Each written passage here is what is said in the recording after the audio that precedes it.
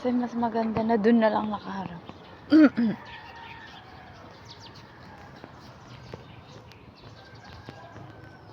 So, anong pag-uusapan natin guys? Today is Monday. So, ano bang usually ginagawa ng mga nanay pag Monday? And how do you start your day pag Monday? Usually, pag Monday, ang mga parents busy yan sa school activity ng mga bata kasi kung nag-aaral sila, para rin nag-aaral yung nanay. Diba? Hanggat makatapos. So, ang usually pinag-aaralan yan, babantayan mo yung mga kinakain, yung gamit sa school, kung okay ba, kung pumasok ba, and ano yung mga nakakalimutan at hindi. Yan. So, trabaho natin mga nanay ang mag-remind everyday sa mga anak natin na kumain bago pumasok, asikasuhin yung sarili para mas mag-mature, para hindi ipasa sa atin yung responsibility lagi na asikasuhin yung sarili nila, diba? So, it's part of journey na turuan natin sila maging independent. Journey ng mga nanay yun. So, trabaho ng mga nanay yun sa anak nila na turuan sila maging responsableng mga bata. So, ako actually naaral na lang kasi nandyan yung situation. Pero dati hindi ko naman din alam. Pero pag ang mga nanay pala nagkakaanak, nagiging mature agad. Kakaroon sila ng maturity agad na mag-alaga. Alam na agad nilang gagawin. So, sa 4 kong anak, yung iba dyan, talagang paalaga. Yung iba naman dyan, independent. Trying to be independent. So, ganun yung ginagawa ko everyday, every morning. Siguro hanggang mag-senior tayo, hanggang sa tumanda ng tumanda, ganyan yung gagawin natin sa life as a mother. Paulit-ulit everyday hanggang mag-mature yung mga anak natin. So sa India guys, yung mga Indian friends ko, nanonood yan sila everyday. So dito sa channel na to, hindi ko to pinapa-replay sa India.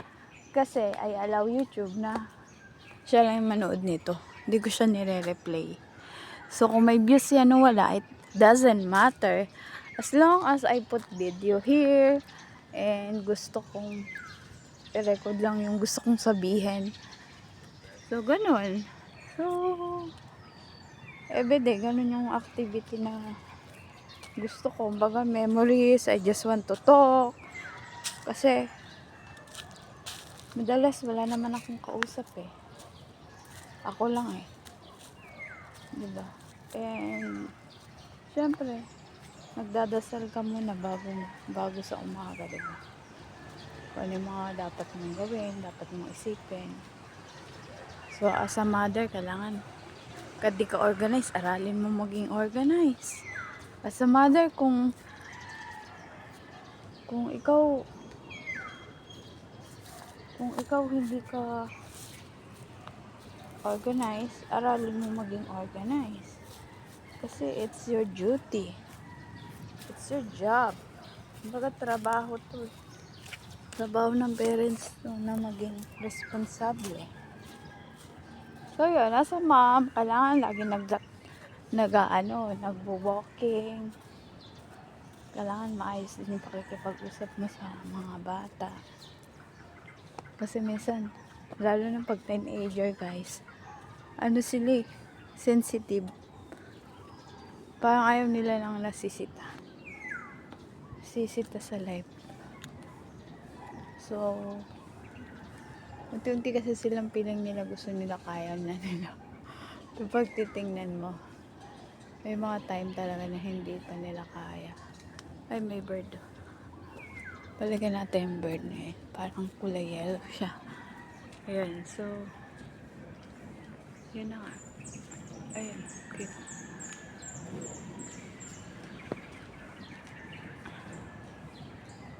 So, while watching the birds, na cute, kita nyo ba?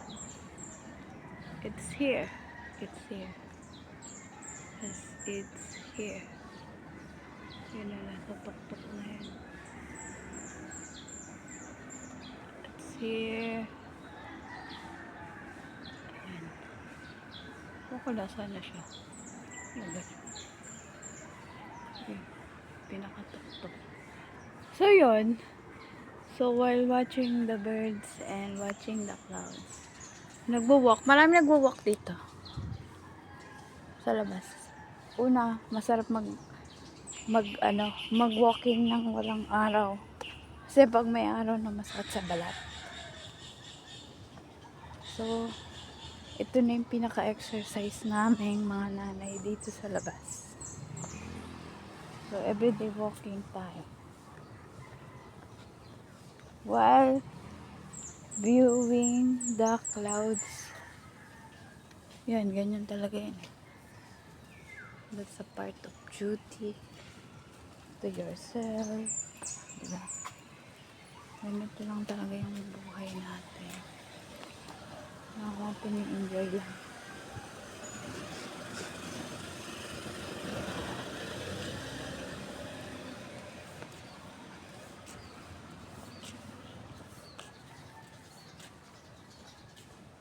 Kailangan natin mag-exercise.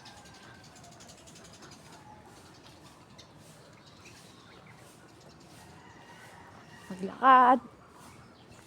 Ate, ba't naglakad ka? Exercise. Exercise. Nagbiyahe na siya. Nakita ko nga kulay green 'yun, 'di ba? Magkano yung monthly nun o fully paid 'yun? Yung anak ko kumuha niya, hindi ko alam. Hindi sa papa niya, hindi ko alam. Ang galing Kailangan unti-untiin mo lang yung sarili mo eh. Kasi naaawa yung anak ko. Sabi na, Daddy, ang ano na ng ano mo? Gas. Mo, bicycle mo. Alam mo ganyan talaga mga babae, no? Sweet sa parents. Maganda yung anak ng babae. Oo, sa totoo lang. Kasi pag ang lalaki nag-asawa na, Wala na yan. andun na sa asawa ang ano, Care. care niya. Pero I think hindi naman. Pero yung babae, kahit ano, nakapagtatago ng pera para ibibigay sa ano. Ganyan ako doon eh. Pagka ano magsahod ang mister ko. Tsaka may care talaga depende naman siguro yun sa bata. Pero pag may asawa na siguro, I think wala na ka na rin talaga sa eksena. Pag lalaki ang anak mo. Kaya yun nga sabi ko sa mga anak ko, sa tingin nyo ba, kayo boys, hindi naman kayo mapupunta sa akin. So, kailangan maging matured kayo. Magkasarili sila eh. Oo. Sa ibang tao kayo mapupunta. Ngayon, kung hindi nyo papakisamahan yung katulad ko, kako, yung ugali ko, ganito yung ugali ng babae. Maingay. Sabi ko kasi, may problema kayo. Diba? Kasi kaso, ang babae. Tsaka alam mo, sabi ko nga, ang mga babae, hindi yan mag-iingay kung walang nakikitang mali. Tayo kasi parang inborn, nagmamature agad tayo pag, diba, alam na natin agad eh. Ang mga boys kasi parang, you always remind them. Mama ko, huwag na muna ako nininbigyan kasi may pera ako, nag-isente ako ah. Pero yung kahit na gusto kong maabutan, it means na Oo nga, makita no? niya na nagkikira ko ng maabutan. Sige na rin, sa iyo na yan. Sabi ko, huwag Ay, yung sa mother iyo mo. ito. So, gano'n. Kinukuha na lang niya. Iniisip ko pa nga kung anong business ko, magtitindahan ba ako sa taas. Pasok, parang kakainin ka ng upa. Oh, sa upa lang, grabe na. So, parang inisip ko naman ngayon, puro tricycle nga. Ayun nga, mag-tricycle na lang. Ayun o, ayun na yung squirrel. Oh my God! Ay, kumakain ng ano yun eh. Kinakain niya, kaya nalalagay Hey, ng avocado. it's a squirrel. Actually, naka-live to. Kaya nilalagay kang avocado. Ay, ayun siya. Kaya pala parang gumalaw ng husto. Sabi ko, parang may gumalaw. Ay, madali lumipat sa kabilang ano. Ang bilis niya, oh. Di ba dalawa yan? Pero isa lang siya ngayon. Yan? Nandun din siya? Oo nga eh. Ayan siya guys. Oh my God. Nandito na siya. Ayun o, nakita niyan tumalan. Guys, ang bilis niya naman kumilos. Wait, tignan natin kasi siya pupunta.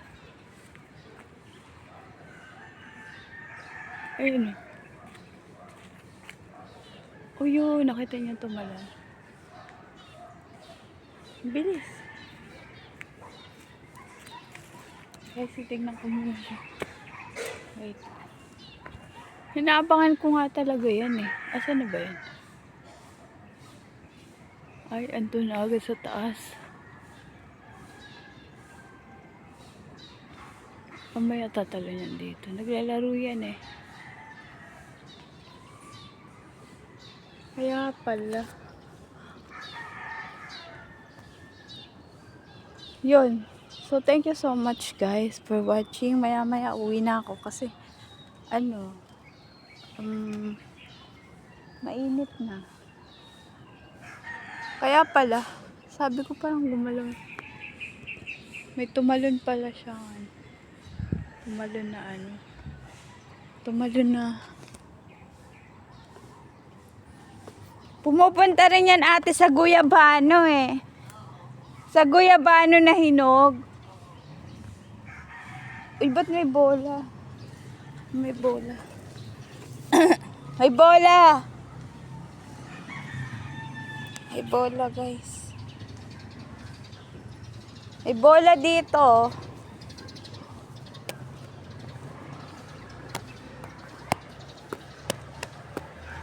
So, dito muna tayo guys. Iyan na natin.